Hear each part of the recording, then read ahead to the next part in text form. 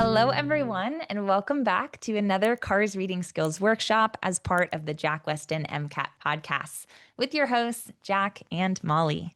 If you're new to these Cars Reading Skills workshops, know that the purpose of these podcasts is to go through one of our Jack Westin daily passages. This is the one from August 20th, so it's called British Monarchy. You can find the link to this passage in the description, or you can find it on our homepage, jackweston.com.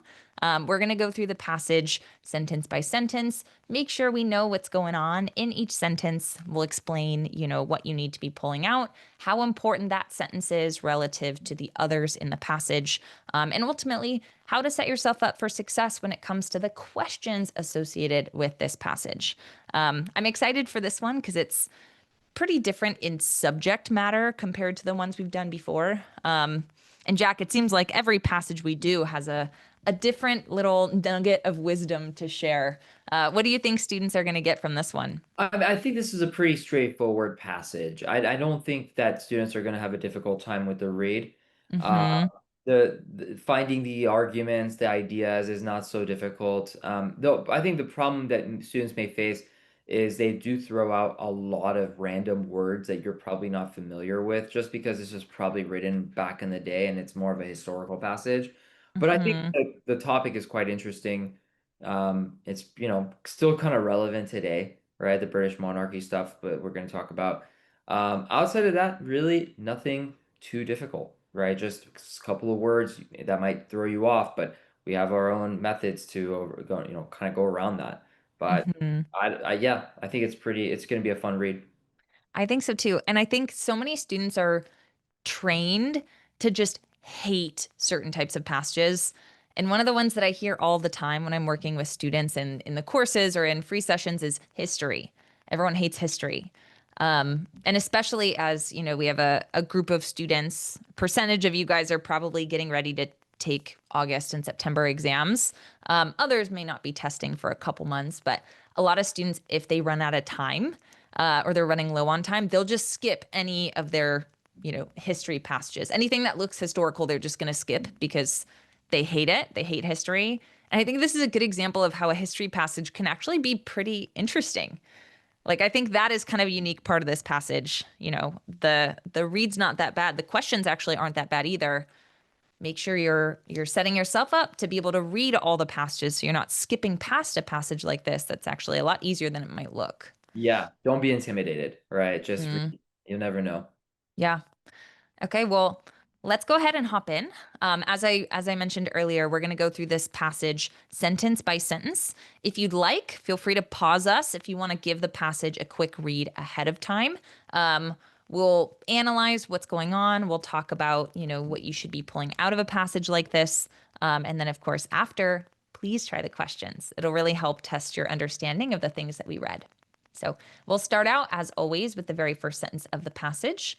And it says, between the late 1870s and 1914, there was a fundamental change in the public image of the British monarchy as its ritual, hitherto inept, private, and of limited appeal, became splendid, public, and popular. Okay, kind of a lot of adjectives in this sentence, but I think the argument is pretty clear, right? The image of the monarchy is changing, right? And we get a couple different descriptors, but I'm kind of seeing from bad to good, right? From maybe not as favorable to more favorable and more popular. Yeah, exactly. So, I mean, I think the first part is pretty easy to understand that there was a fundamental change in the public image, right? Understand what that means, the public image, how people perceive Hmm. the British monarchy. And we all know the British monarchy, right? I think it's like King William and I forgot their names, I honestly. know, me too. Whatever their names are, they're pretty popular. You see them in the tabloids, you always see them in the news. But just, keep in mind this is back in the day. This is their ancestors, right? 1870s to 1914. That's a long time ago. Hmm. You have to keep track of the date, right? The history dates matter. And so understand, what was going on back then to some extent. This is before World War One or right before World War One. You don't need to know a lot about history, right? You don't, but you need to have some common sense, right? Yeah. You have to think, okay, what was happening back then? Okay, were there cars? Were there not? Like try to put yourself paint the picture of that time period, right? Mhm. And then of course understanding that there was a fundamental change, and like you said, you kind of sensed it. It went from non-favorable to favorable, right? How do we know Mhm. that? Because it says splendid. It became splendid, public, popular. So we can expect or assume the author believes public is probably a good thing. Popular is probably a good thing, right? Splendid. That sounds pretty British there. But, that sounds pretty good, pretty positive. And so I always look at things in terms of negative and positive, just Mhm. because that makes it easier to understand the context behind it. So perfect. Just knowing that there was a change, I think is good enough. And understanding the context behind this, right? The monarchy specifically. Yes, absolutely. Okay, super short paragraph, actually. We only have one other sentence in paragraph one. It says, to some extent, this was caused by the gradual retirement of the monarchs from active politics.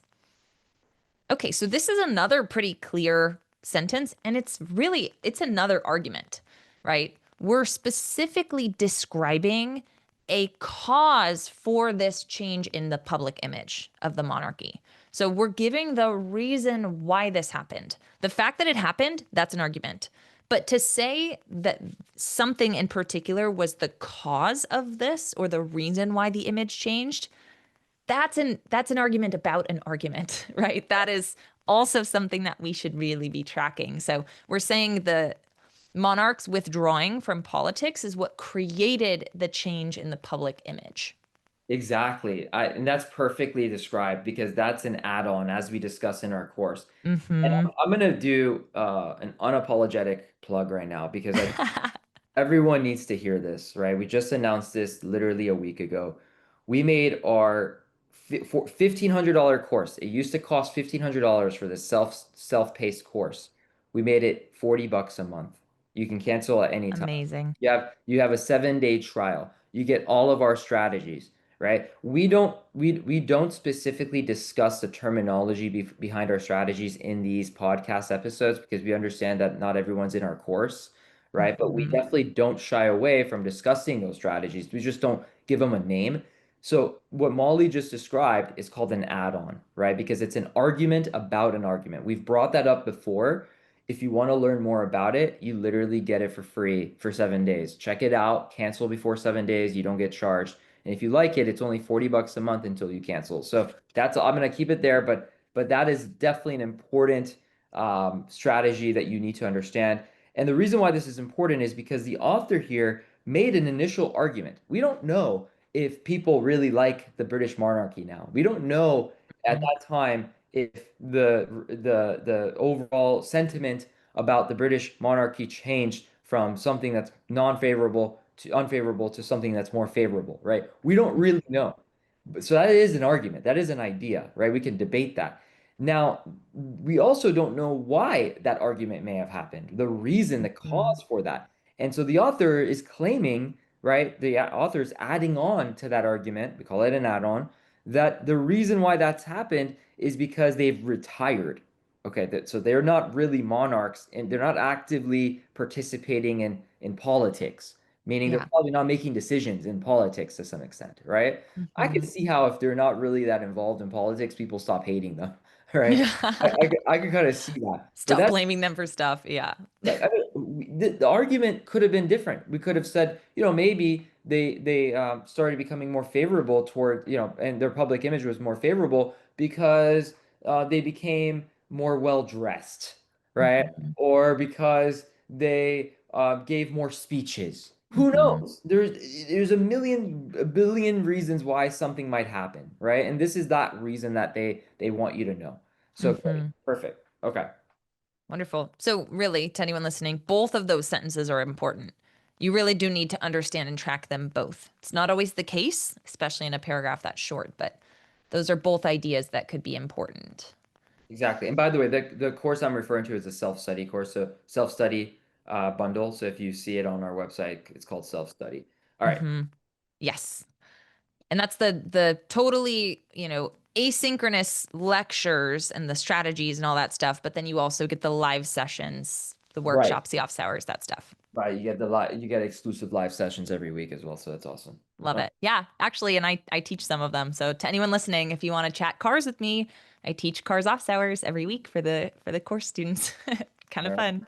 Yeah, that's awesome. Um, okay, anyways, let's look at paragraph number two. And we'll see how it builds, right? So this says Queen Victoria, however obstinate and obstructive she had been at the beginning of her reign, wielded much less effective power by the end of that reign. Okay, so we're now getting into Queen Victoria. It sounds like we're saying that Queen Victoria's power went down, right? Which kind of relates to this idea we were describing before. The monarchs are retiring from active politics.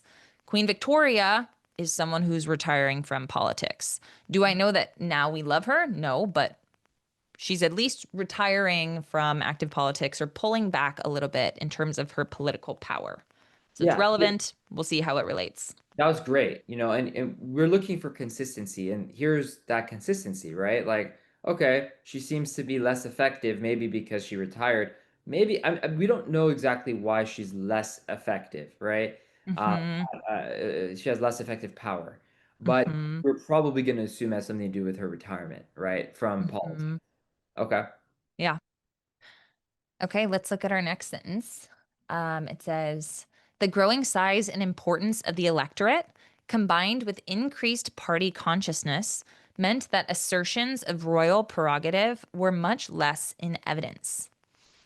Okay, I feel like this sentence is less clear than the other ones we've read, but it kind of feels similar, Yeah. right? It sounds like we're saying that they've got less power. The royals have less power.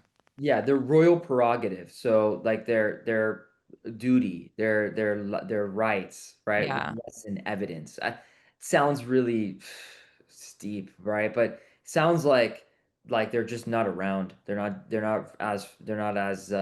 pushing their own agendas as much, right? Hmm. And so consistent, but it's not worth rereading, right? Yeah. It's like I would read it slowly, try to understand it, but this is not clicking, and that's not going to click even if you read it 3 times or 4 times. So let Yeah. it go. I think there's a rule. If you read it slowly and it doesn't click, don't blame yourself. Blame the author, okay? Not really, but just assume that it's not going to click and live with it and move on, right? As long Hmm. as you read slowly and carefully and you visualize, which is a strategy we discussed in our course, right? Yeah. Slowly. Okay. I feel kind of clever when I decide a sentence is too complicated. Like Yeah, I know that you're not expected to understand every single sentence in the entire passage. So if I can read it really carefully and then decide, you know what? The average person's not going to understand this. This is not a sentence I'm responsible for. Oh, it feels like I give myself a little pat on the back. Like you figured it out. This is not a sentence that matters. Now you can keep reading and you have one less sentence to worry about. It's right. kind of nice. Yeah, exactly.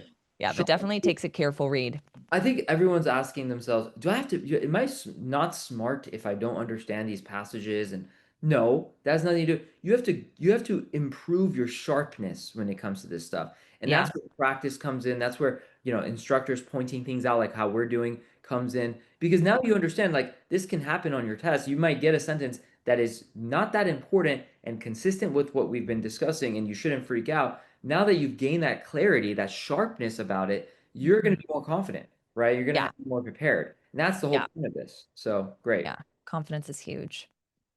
Okay, let's keep reading.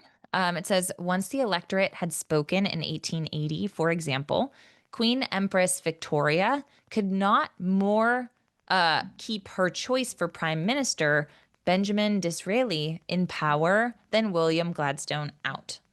We see a semicolon. I'm going to pause for a moment. Okay, so this seems like a situation where Queen Victoria is not able to exert her power, right? Maybe is Yeah. getting less powerful because she can't, manipulate the prime minister position. Yeah. So cool, we're getting a specific situation where Queen Victoria is having less power. Sounds good to me. Sure. Um, and of course, we paused at the semicolon, but now we'll round out the sentence. It says, she had no power to overrule the prime minister the people had chosen. Boom, there you go.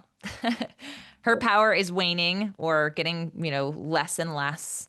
Now we have a specific instance of how Queen Victoria's power is decreasing. Now we could track Victoria as an example. Sounds good. Cool.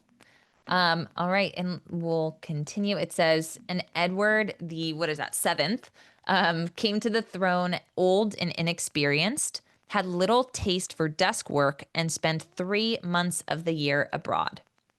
That's So, nice. yeah, new Nice to meet person. Edward the Seventh. Yeah. Okay, great. Um, doesn't, doesn't directly say that he has less power, but the characteristic or the description I'm getting doesn't really, you know, paint a super powerful picture. It's less active, right? You're vacationing or being abroad. I don't know what you're doing. 3 months abroad, Yeah.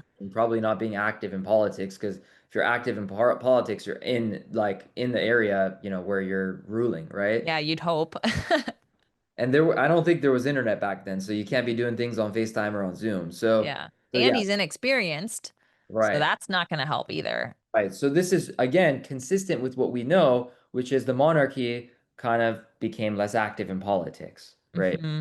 But it's interesting because it's not talking about how they're favorable, how they're perceived as favorable in this Yeah, case, right? This is just about how they're kind of losing power. Okay. exactly. Yeah, we're focused really on just that point. Okay. Apart from occasional interference in matters of foreign policy and the award of honors and decorations, he played only a minimal role in political life. Oh, okay. Well, there you go.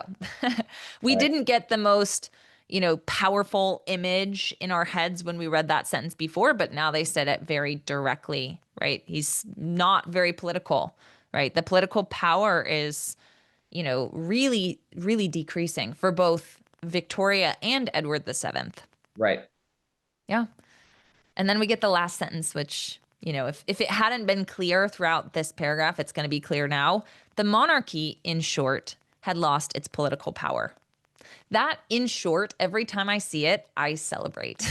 I basically say, let me rephrase this in a way simpler way. Well, and they will add that. Like they'll modify the text and add that in there potentially, Uh-huh. right, to make it easier for the reader to find it. So you're Hmm. right. If you see in short, that's probably the MCAT like writers, like the people who made these passages, they actually do that on purpose. So that's Yeah. probably really important. Yeah. This is interesting. Is this different than the previous paragraph? Because it is sort of similar with the whole Mhm. gradual retirement of active politics. What do you think? I think it's just a lot more direct and it's a lot more powerful of a stance. The Right. gradual retirement of monarchs from active politics, that doesn't automatically mean you have no power, right? Yeah, To say that you've lost political power, it doesn't just mean like, oh, I'm just not as active, right? No, no, you've lost your political power. It's just this idea in this last sentence of paragraph 2 is a lot stronger and more specific than we got in the first paragraph. exactly. So I don't want a student to accidentally assume, oh, this is the same as the previous paragraph. I'm not going to worry about it and I'll just connect it to the previous paragraph idea. This is a Hmm. very unique, specific idea. And how do I know that? They don't bring up the whole public image at all, right? Hmm. And yes, you could probably assume that if you retire from politics, you're becoming less powerful, right? You lose your Hmm. political power, but that's an assumption that we're making as a reader, Yeah. right? And so Yeah. this is very direct. This has been very specific. They brought up two examples with Victoria and Edward the Seventh, and I Hmm. need to know that this is in this paragraph, right? And in many ways, the first paragraph was kind of like like Like, the thesis, right? Like the author kind hmm. of presenting their thesis, because I bet you that's going to come up again, and they're trying to establish this from the beginning in this paragraph, right? Yeah. Standard. It's sort of like watching a movie, and those movies where the movie that comes to mind is Limitless, where I don't know if you've seen Hmm. it, but you see Yeah. him at the edge of a building, and you're like, "What's going on?" And that's like the first scene is like he's at the edge of the building, about to like jump. I'm not gonna ruin the movie, but then you're like, okay, what happened that led him to this position, right? Hmm. And then the very next scene, it's just starting the whole movie from like him starting it, being an average dude, right? And so Hmm. this is sort of what's going on here potentially, where the first paragraph is the crux, is like the key thing, but then they go back and start the passage from the very beginning into a new kind of position, right? And so Hmm. that could be the structure of this passage. I'm not saying it is, it isn't, but I'm looking out for that, right? Yeah. They're Okay. definitely expanding on the idea that they've set up in paragraph one. Again, I love that you point out it's not the same. It's not the same as the second sentence of paragraph one. It's building on it. This is now a lot more specific, but it does kind of feel like they might tie back to the idea of paragraph one. Um, like, how did we get here? Like, hit the Right. rewind button. Let's further establish this point. So we'll see. I'm excited to read the rest. Let's look at our third paragraph. It says, in other countries such as Germany, Austria, and Russia, ritualistic aggrandizement was employed as of old to exalt royal influence. All right, this sentence I feel like is probably the most complicated of all of the ones that we had so far, especially with that ritualistic aggrandizement. What I'm pulling out is we're now talking about Germany, Austria, and Russia. I don't know if they're similar or different. I'm hoping they tie it back to the British monarchy, but we're now talking about other countries. Honestly, I feel like as long as you understand that, that's gonna at least set you up for, understanding the rest of the paragraph. I feel like they'll have to give us more because this phrasing is It is pretty so difficult. extra.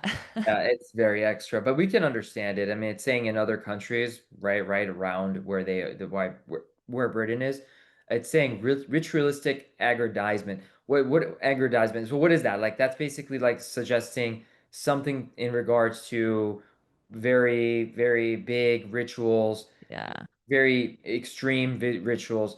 It's making them grand. Yeah, grand. Aggrandizement. Aggrandizement, yeah. So grand employed as of old to exalt royal influence. So Mhm. maybe to like project royal influence, right? Yeah. To spearhead royal influence. So sort of kind of okay, this is interesting. So you use your royalness to make yourself seem more powerful, right? To project your influence. Okay, let's keep going. Let's see what else it says. Okay, the next sentence says, in Britain, by contrast, similar ritual spectacle was made possible because of growing royal weakness. Mm, So, this sentence, I feel like, if the sentence before was difficult for you, this one gives you everything you need to know. right, So, we talked about other countries. Now we're saying in Britain, and we get by contrast. right. Those two words tell you everything you need to know because whatever they're about to say, which this sentence is much simpler. This idea in sentence two contrasts what's going on in Germany, Austria, and Russia. And I think ritual spectacle was made possible because of growing royal weakness is much easier to understand than the sentence that came before. So basically, Germany, Austria, Russia, they had these big rituals because maybe and the royals were powerful. Britain, this is different. They had these ritual spectacles, but because we were weak. Yeah. These things are opposites. I think it's easy to understand it in retrospect. The key is that contrast word, right? Contrast. Hmm. And also understanding what's happening after the contrast. Because if you can understand what's happening after the contrast, you can understand what's happening before. But Hmm. the point that really matters is what's after the contrast word, right? And Yeah. that's what's happening here. Great. So Britain. Right, about Britain. Because this whole passage is about Britain. So that's Hmm. what we want to focus on. Yeah. Okay. Okay. And so, as the real power of the monarchy waned, the way was open for it to become the center of grand ceremony once more. Okay, so power is going down, and now we are becoming ceremonial, right? We kind of hinted at that before. We're becoming more of a ritual spectacle or the center of ceremonies, right? Power goes down, and this ritual aspect of it goes up. It's a negative correlation for our science folks out there. Right. Okay. Okay. As the monarchy lost political importance, royal rituals became more spectacular and socially important. All right, this is the same thing that we were hinting at, but now it's just very direct. So again, political power is going down The rituals, right? The popularity and the relevance are going up. Isn't that crazy? Like we've spent all this time trying to understand those last two sentences, three sentences, and here finally they bring it up in a nice, easy way to understand, right? Hmm. So what does that mean? That means don't freak out, don't reread, don't get flustered, keep going. Because if the MCAT cares about it, they're going to be nice about it. They're going to bring Yeah. it up in an easy way for everyone to understand. Yeah. Perfect. All right. Last sentence of paragraph 3. It says, in England, unlike other countries, these were not so much the reopening of the theater of power as the premiere of the cavalcade of impotence.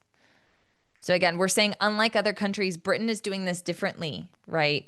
And again, I would just keep in mind our idea from the sentence before. All right, Britain is different because the ceremonies get more important as the political power goes down. That's, I don't think this is giving us anything super new, using different words, but I think that idea in the sentence that came before is really what we would want to track from this passage or from this paragraph, excuse me. Right. Cavalcade of impotence. Impotence meaning probably weak, right? Hmm. Sort of a negative word in a way, but I haven't sensed negative tone really. I think Yeah. it's sort of just neutral. Um, Hmm. I don't know if that word, I mean, impotence is usually a negative word in most contexts today. Yeah. But back then, I'm sure it was more of like just a standard word for weakness. Um, Yeah. I mean, so even the word weakness can be construed as negative or just neutral. Like yeah, weakness in the medical field, if right. you're feeling weak, that doesn't mean that you're like a bad person or, you're not powerful. It just means that you're not feeling physically strong. Like I feel like that word impotence could be read differently depending on the context around it. That's a really good point. If we're saying that the British monarchy is weak, right, why are we not having a negative tone? Because just because you believe something doesn't mean that your tone is negative, right? Just because you Mm, believe someone is weak, that doesn't mean that you don't like that person. That doesn't mean that you're against that person, right? mhm. Just that's your argument. That's what your opinion is if you're thinking in a non-biased way, right? Mhm. An impartial way.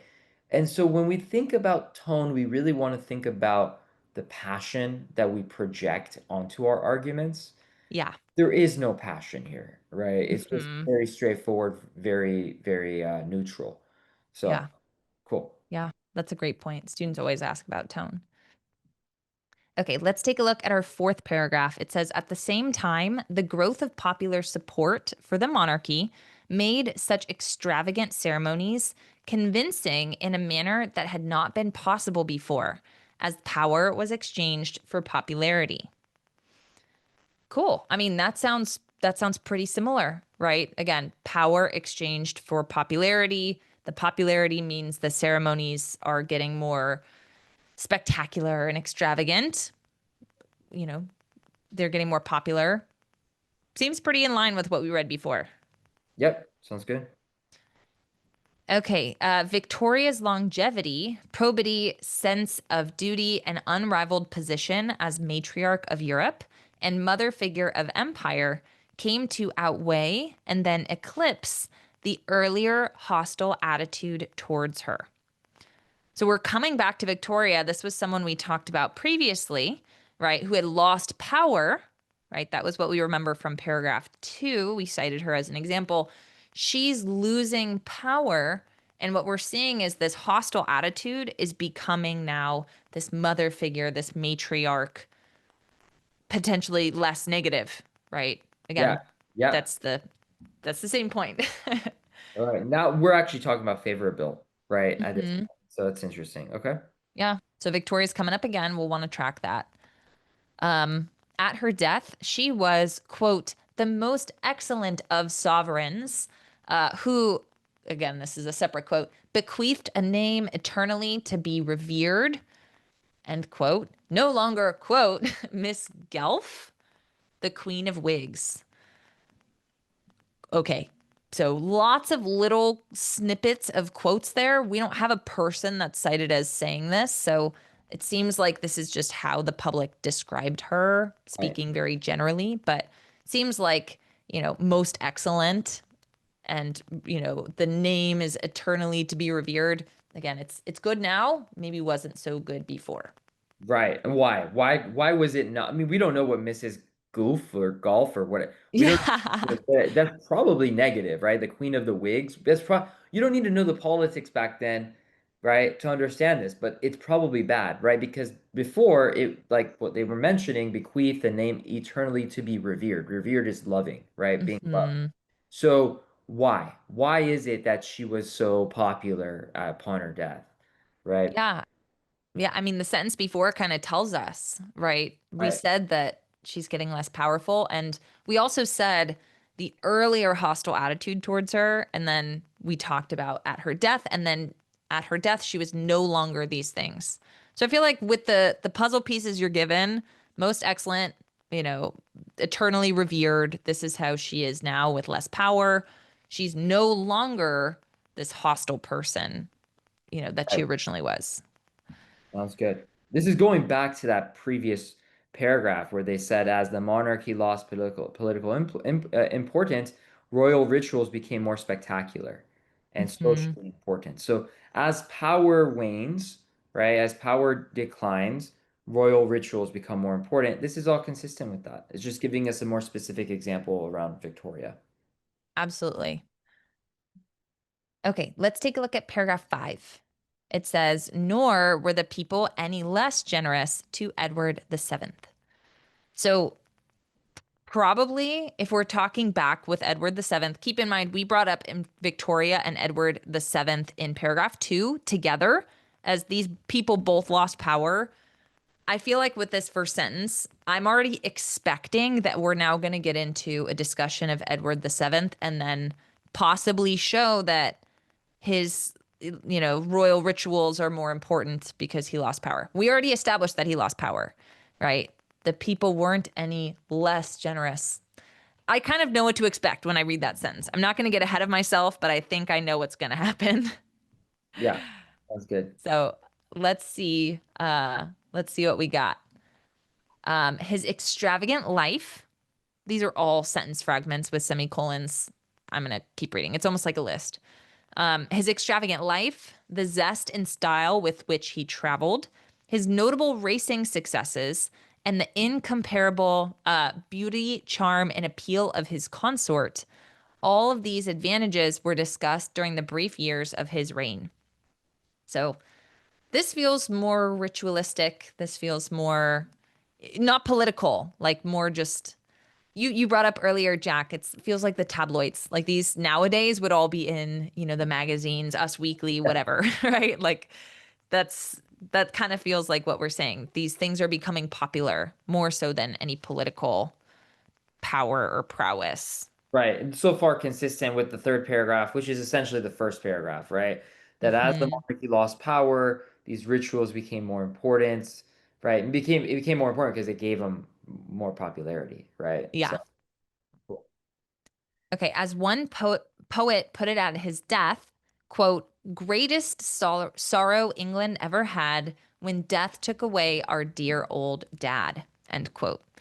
So I don't know who the poet is. I'm not going to track their name because obviously it's just one poet stated by the author, but that's showing that, the poet feels like Edward the Seventh is our dear old dad, and this is the greatest sorrow we ever had, right? Definitely, he's viewed very favorably, right? He was popular, or well received, even though we know that he was not powerful. So again, still in line with what we talked about before in paragraph 3. Okay. The people could enjoy the pomp and ceremony that constituted Edward's life because he no longer, in any substantial way, ruled them. Perfect. That's pretty open and shut. It's a repetition of paragraph 3, just like paragraph 4 was, but in this case, we're talking about Edward the Seventh. Right. Paragraph three was the argument that we've Hmm. been assuming this whole time, right? Because of the Yeah. first paragraph. Hmm. The fourth and fifth paragraph are just examples, right? Yep. Victoria being the fourth paragraph, Edward being the fifth paragraph. So this is a very simple, straightforward read so far. Yeah.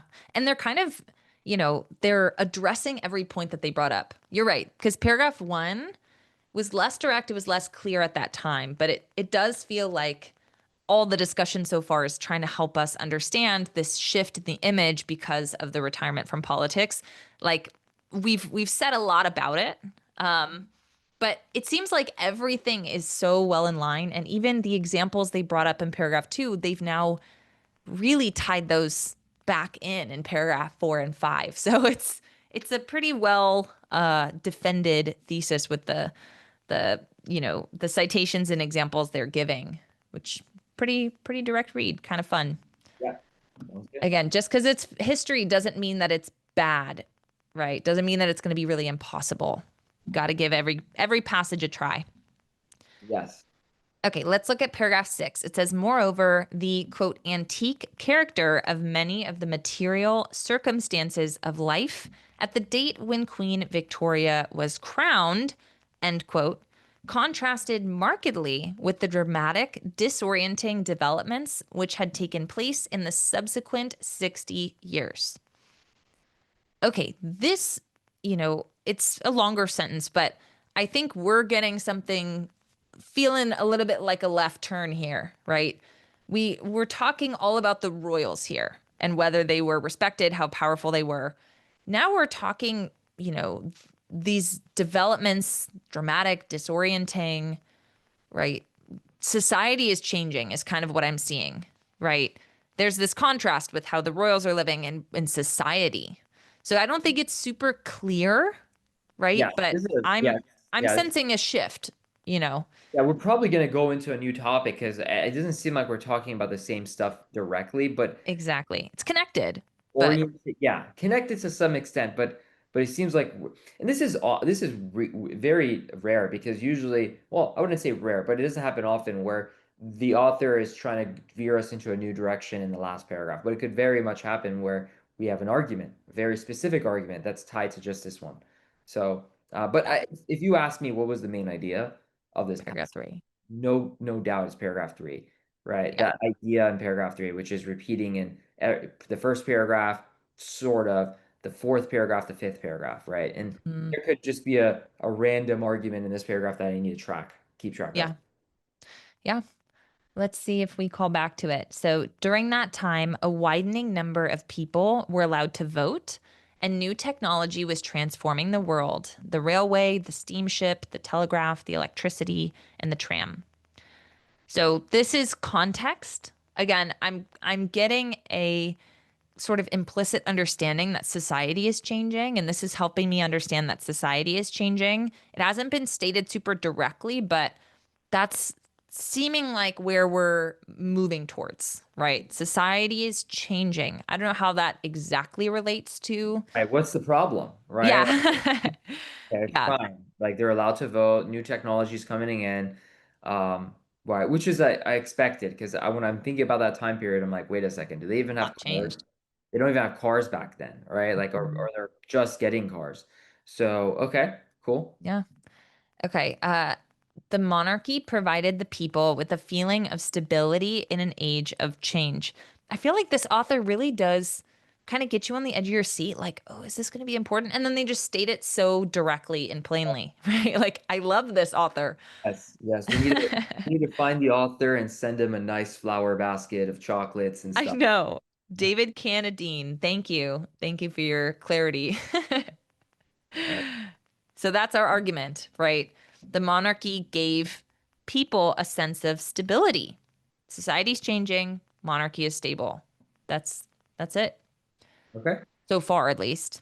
We have one last sentence of the passage. It says, in such an age of change, crisis, and dislocation, the quote, preservation of anachronism, end quote, the presentation of an impotent but venerated monarch as a unifying symbol of permanence and national community became both possible and necessary. So this feels like a more complicated way of saying the same thing, right? Like having these monarchs, and again, it says impotent but venerated. That means they're weak in terms of power, but they're popular, right? They're appreciated, they're celebrated. This is our main idea, essentially, right? This fact, having this monarch was comforting people or providing stability when society's changing. It's the same thing, just in more words, basically. So that's what I would track from paragraph 6 personally. There is a new argument here, though, right? The monarchy provided the people with a feeling of stability in an age of change. Yes. Yeah, That just not in this sentence. The sentence before is Oh, new for that's sure. right. Yes. The last sentence is interesting because it kind of connects it to the main idea, right? Yeah. You have to remember that even though this paragraph is sort of a standalone argument, there is a reason why the author presented it, right? Hmm. To further solidify their main argument, right? By Yes. suggesting that the monarchy makes people feel safe and stable in an age of change also suggests, to some extent, which is obvious in the last sentence, that the monarchy was favorable, right? Was venerated, was loved, right? Like it's going back to that. And again, they're bringing up the fact that it's impotent. So essentially weak, right? This weak but loved monarchy, right? So again, it's sort of projecting that hey, this monarchy was weak, but they were loved, Hmm. right? But in this unique way. Cool. Hmm. Yeah. And that's our last sentence.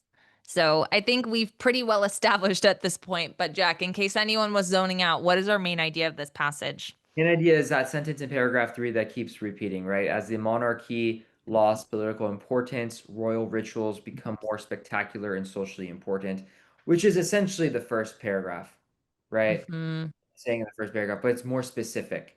It's Yeah. specifically saying that, they lost their power and they became more favorable to society. Yeah. Absolutely. It's in like every paragraph. It's even in the end, although it's not the main argument of it. Right.